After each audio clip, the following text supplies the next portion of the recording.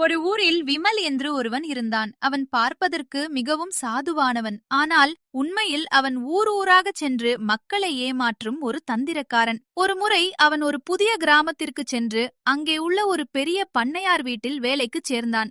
ஐயா, நான் ரொம்ப கஷ்டப்படுற குடும்பத்தில இருந்து வர்றேன். எனக்கு தங்குறதுக்கு இடமும் வேலைக்கும் கொடுத்தா புண்ணியமா போகும் ஐயா. நான் உழைக்க தயார். சரிப்பா, உன்னை பார்த்தா நல்லவனா தெரியுது. என் தோட்டத்தை பார்த்துக்கோ. அங்கேயே ஒரு சின்ன அறையில தங்கிக்கோ. விமல் சில நாட்கள் மிகவும் உண்மையாக வேலை செய்வது போல நடித்தான். பண்ணையார் தன் பணப்பையை தோட்டத்தில் மறந்து வைத்துவிட்ட போது அதை எடுத்துச் சென்று அவரிடமே ஒப்படைத்தான். ஐயா, இதோ உங்க பணப்பை. தோட்டத்தில் கிடந்தது. கவனமா இருங்க ஐயா.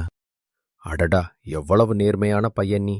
உன்னை நம்பி எதை வேணும்னாலும் ஒப்படைக்கலாம் விமல். இந்த நம்பிக்கையை பயன்படுத்தி ஒரு நாள் இரவு பண்ணையார் வீட்டின் அலமாரிச் சாவியை திருடி அதிலிருந்த நகைகளை எடுத்துக்கொண்டு தப்பி ஓடினான். போகும் வழியில் ஒரு மடத்தில் தங்கி ஒரு பானையில் மணலை நிரப்பி மேலே மட்டும் தங்க காசுகளை வைத்து நாடகமாடினான். விமல், சாமி, இந்த பானையில என்னோட மொத்த சம்பாத்தியமும் இருக்கு.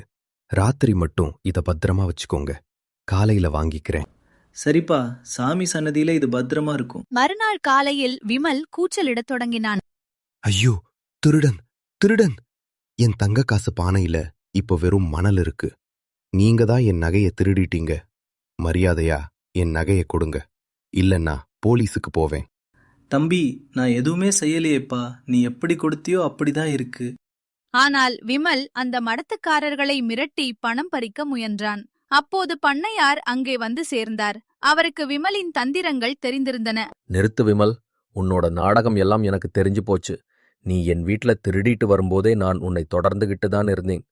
நீ பையில மணலை வச்சு ஏமாத்துறதையும் நான் பார்த்தேன். நடுங்கியபடி, ஐயா, என்ன மன்னிச்சிடுங்க ஐயா. நான் தெரியாம செஞ்சிட்டேன். நம்பிக்கை துரோகம் செய்யற உன்னை மன்னிக்க முடியாது.